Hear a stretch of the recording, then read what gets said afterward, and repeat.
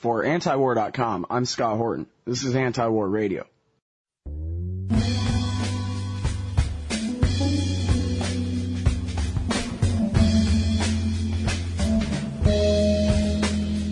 Our next guest on the show today is Jeff Frazee from the Young Americans for Liberty. Welcome back to the show, Jeff. How are you doing? Hey, Scott. I'm doing well. Happy birthday. You guys just had your first birthday there at the Young Americans for Liberty, am I right? Yeah, we just celebrated the first year. December 2nd, 2008 was the year Dr. Paul endorsed the organization as a youth movement to continue students for Ron Paul, and so we kind of say that's our very first founding, and yesterday, the second was, or 2 days ago, the second was our official first year, so we've been very proud of the accomplishments we've been able to achieve. That's great. All right, so now tell me all about it. What exactly is the Young Americans for Liberty? Young Americans for Liberty is sort of the continuation. I guess I should say, who are the Young Americans for Liberty? Well, that's a good question, too. I answer them both. I guess the Young Americans for Liberty is the continuation of the Students for Ron Paul campaign. I was Dr. Paul's National Youth Coordinator during Ron Paul 2008 and started Young Americans for Liberty to continue this ever-growing youth effort around the ideas of liberty. And so to answer your question, who are the Young Americans for Liberty, it's a very diverse group. We have membership all across the country, over 170 active and forming chapters on high school and college campuses, and it's very diverse. We have people who consider themselves conservative, limited government conservatives. We have people who consider them progressives who understand economics. We have anarchists. We have objectivists. We have people who run the whole political gamut. So we don't necessarily tell people what they, there's not a standard you have to meet this test in order to be a Young American for Liberty. We just, as long as they subscribe to our ideas and want to associate with us, more than welcome to join. Awesome. All right. Well, so what kind of projects do you guys do? Most of what we do is, our mission statement is to train, educate youth activists winning on principle. And what we are is we're a 501c4 nonprofit, which is different than a C3 nonprofit because we're involved in the political process. Really, the short of it is to develop young leaders to hopefully follow in Ron Paul's footsteps. Find the young activists out there who want to be involved in politics, groom them, train them in traditional campaign tactics, get them involved in campaigns, get them involved in local initiatives, and hopefully encourage them to run for office or help other principled politicians run for office themselves and get more Ron Paul candidates elected to office. That really is the goal. You have to go after the root cause, and we can sit here and debate, libertarianism or any type of political philosophy all we want, me and you, but as long as we're sitting here on our couch not doing anything with it, the state still exists, and the state is still taxing us, regulating us, and sending us to war. So we've got to do something about that, and that's getting involved in the political process, hopefully electing enough people to all levels of government and pulling it back, restoring this republic. All right, now, I guess, we're all at least somewhat familiar with the conflict inside the Libertarian Party as it's been framed over the years, and that is whether they should be ideologically pure libertarians and be an educational organization, or whether they should try to get people elected to office. Mm-hmm. And it always seemed to me like that, or the second choice there means act like a bunch of Republicans and then somehow believe that the American electorate would vote for a Republican who's guaranteed to lose instead of for a Republican who could win, who's actually a member of the Republican Party. So if the Libertarian Party ought to be anything, it ought to be pure libertarian and try to get people elected as pure libertarians, rather than some kind of, moderate, sometimes pro-war kind of weird thing. And in fact, I'd go you one further and say, for the entire war on terrorism, the Libertarian Party has blown it. They could have made themselves the leaders of the American anti-war movement and increased their membership by 100,000% or something. And instead, they just kind of put it on the back burner because they don't want to alienate a bunch of right-wingers or whatever. And so I just wondered, which principles you guys put in which order. You know what I mean when it comes to, I know that you by definition aren't necessarily as you just said, pure libertarian, and you try to bring together as many people as you can, which I'm all for. But I wonder, which are the lines that can't be crossed as far as, membership being pro-war or being, for repealing the 10th Amendment or, something that, is there a line or how's that work? Yeah, well, I mean, the first take on the Libertarian Party, we don't represent the party or try to.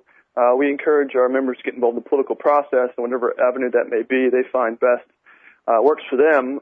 Personally, I take Ron Paul as a perfect example of how to achieve political success. He ran as a Libertarian in 1988. No one knew who he was. He never got really any national attention. And then he ran in the Republican primary in 2008 with the exact same views, the exact same positions, and he started a national phenomenon. So I think you might kind of understand where I'm going with that. But in terms of where we draw the line and compromise all the rest, I don't really see it as compromise. We just allow anyone who wants to associate with our ideas to join the organization. We don't have a litmus test that says, no, you can't come here, you can't join, because a lot of young people, to be honest, are just trying to figure out what their ideas are, what they believe in. And so you don't want to start off by turning them off, saying, oh, well, you're wrong because of this, you're wrong because of that. We need to. Well, but I mean, I guess the question is, though, is who do you choose to promote for office or not? Oh, well, we can't, I guess, talking legally, we can't promote anyone for office being a nonprofit. What we do is train and educate young people to get involved in the political process. Now, we have our magazine and our website and our statement of principles that explains kind of the positions we take and the issues that are important to us. But we leave it up to our individual membership to decide what type of action they take. And we hope through the culture of the organization, the people we associate with, it's kind of apparent what kind of direction we're heading into, and our hope that will influence our membership to join certain campaigns that share those views. Mm-hmm. So we don't endorse candidates. We don't do anything that type of activity, but we come out of the Ron Paul mold. We're the Students for Ron Paul campaign. So that should be pretty clear in terms of our positions. Right. And, well, I really appreciate what you say about trying to have open arms and bring in as many different people as you can, focused around the most important issues. I'm reading your mission statement here. I mean, this is a very libertarian statement of principles that you have here, a very individualist one, very anti-government one. And I would say, it's at least implicit in here an anti-war one. But I guess what I want to say is this is what I would like, if I had any influence on anybody, what I would like to try to do as best I can is to push for this realignment where I realize that libertarians like myself are never going to be, the majority opinion. However, I think if liberals and conservatives can put their priorities in more or less the same order as mine, many of us will find that we all agree on peace and, little things like the Bill of Rights ought to be the law, stuff like that. And then if we can, take care of the most important issues, we'll find that we really have a lot more in common, and we can have a real realignment against government action, kind of the inverse of the 9/12 phenomenon, right? We want the 9/10 phenomenon. Yeah, I could agree with you more. I agree. I think there's so many big fish to fry. If you ever get into a room with, strict libertarians and start talking, I guarantee you it's going to be a matter of time before you start debating the privatization of roads or the privatization of the police force or something like that. I mean, these are philosophical ideas, but they're no way attached to current modern day reality. I mean, we have the IRS to deal with. We have these wars overseas to deal with. There's such bigger picture problems right now we should be going after that we can kind of coalesce around from all sides of the political spectrum. Yeah. Those are the issues we should be targeting. We shouldn't, privatization of roads. I would love to be in America where we're discussing on mainstream news the privatization of roads. But that's not where we are in current political debate. So let's go after the big fish. Let's get rid of the IRS. Let's stop these unconstitutional wars. And let's worry about those big issues first before we get to some of the very the smaller issues, I guess, for lack of a better term. Mm-hmm.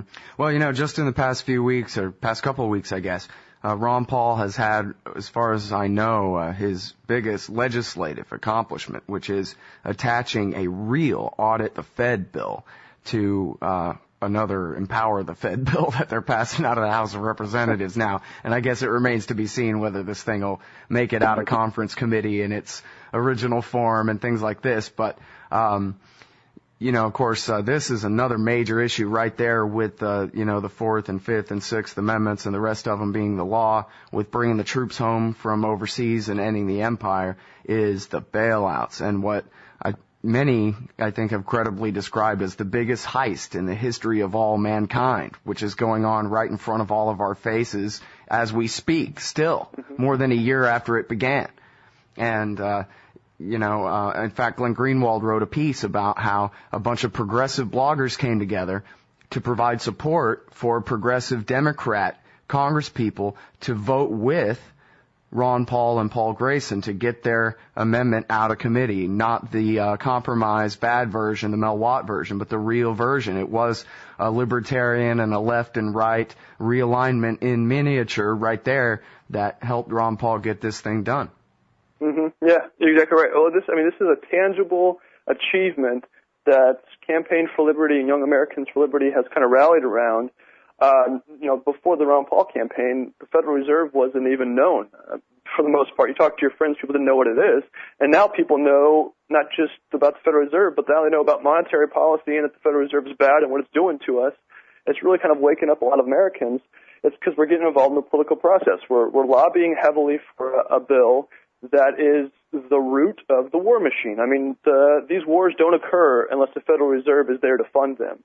And monetize the debt and print the money. So this is a large, tangible goal that I'm even impressed at how far it's come along. Now it's being added to a larger financial bill, which will be the ultimate irony is Dr. Paul's going to end up voting against his own bill.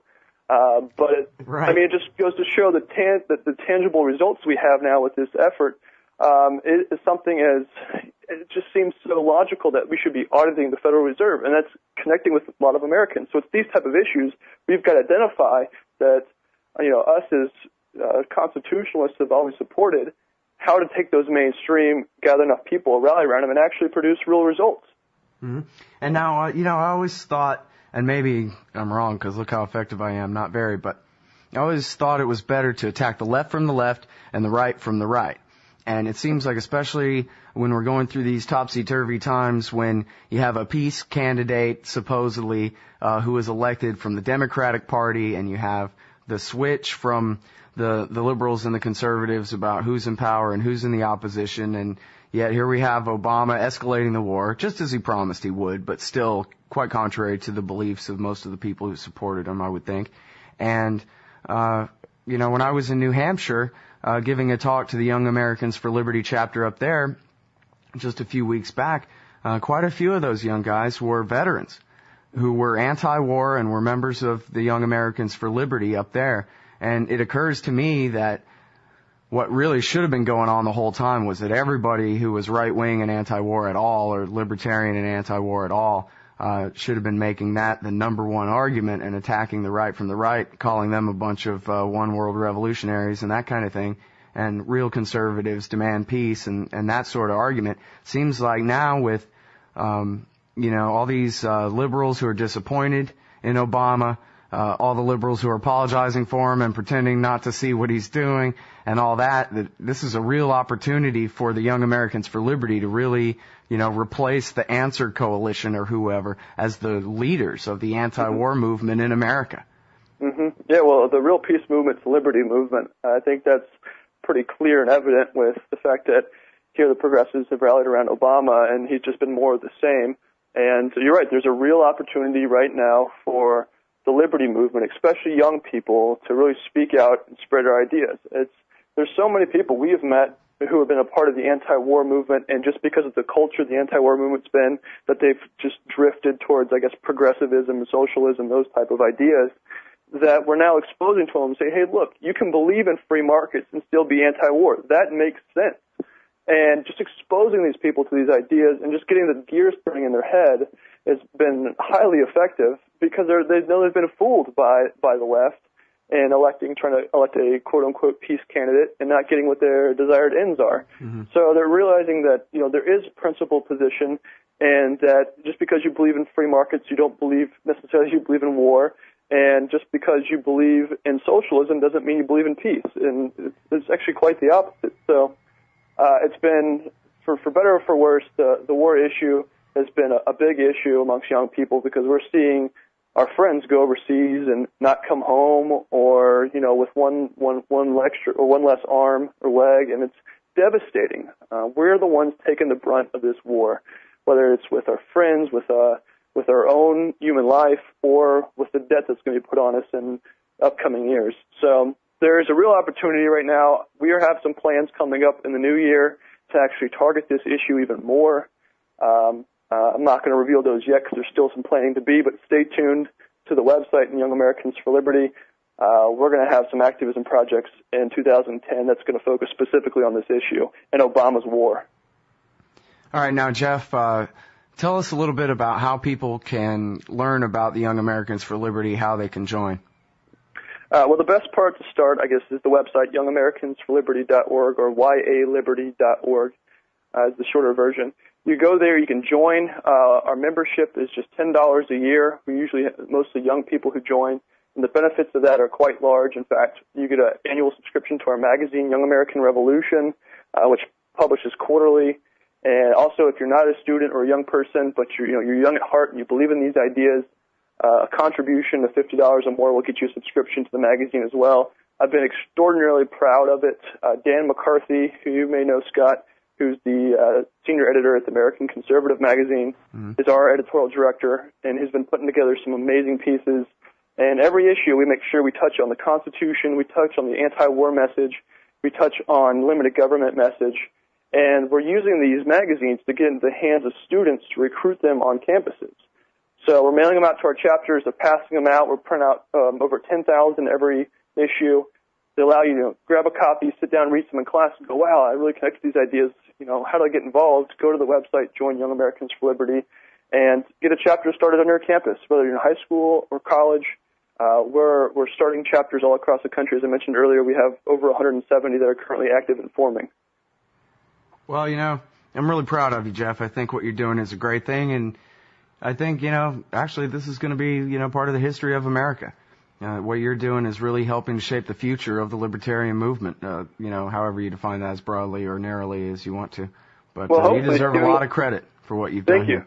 Thank you. Thanks, Scott. We'll even hope more than the libertarian movement, it's just America at large. I mean, I view these ideas as common sense ideas. I know we sometimes get labeled as radicals, but the real radical ideas are the ones that are in Washington right now, and we've got to make that connection with Americans, that these are common sense ideas that have been proven by history. And the great thing is young people are flocking to this message. As you saw with the Ron Paul campaign, it's growing literally leaps and bounds by the day. It's just a matter of keeping our arms around it and keeping our students and our activists resourced and always doing a necessary outreach to bring more people to our message. Right on. Well, keep up the good work, and thanks very much for your time on the show today. Yep, thanks a lot, Scott. Anytime. All right, everybody. That's Jeff Frazee, Executive Director of the Young Americans for Liberty.